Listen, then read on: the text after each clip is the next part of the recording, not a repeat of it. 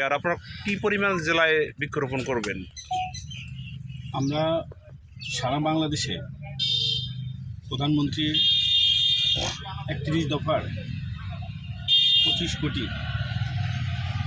বৃক্ষরোপণ কর্মসূচির যে ঘোষণা দিয়েছিলেন, আমরা তার অংশবিশেষ এই জেলায় বিভিন্ন সরকারি প্রতিষ্ঠানের মাধ্যমে এবং নির্বাচিত প্রতিনিধিদের মাধ্যমে জেলাওয়ারি নির্বাচনী আসনওয়ারি এই বৃক্ষরোপণ কর্মসূচি শুরু হয়েছে।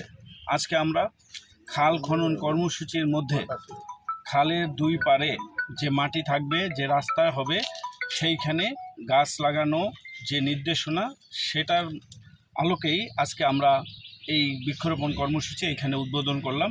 আমরা এখানে প্রায় 1000-এর উপরে গাছ আমরা এই খালের এখানে লাগাবো। এরকম প্রতিটি খালের সাথেই কিছু বৃক্ষরোপণ কর্মসূচির নির্দেশনা আছে এবং ফান্ড আছে।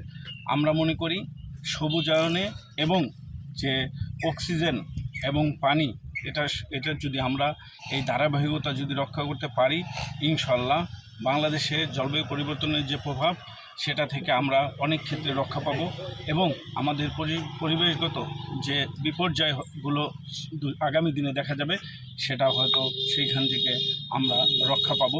সেটা মনে করেই জনাব তারেক রহমান বাংলাদেশকে সবুজায়নের ক্ষেত্রে গুরুত্ব দিচ্ছেন, তার অংশ বিশেষে আজকে বৃক্ষরোপণ কর্মসূচি।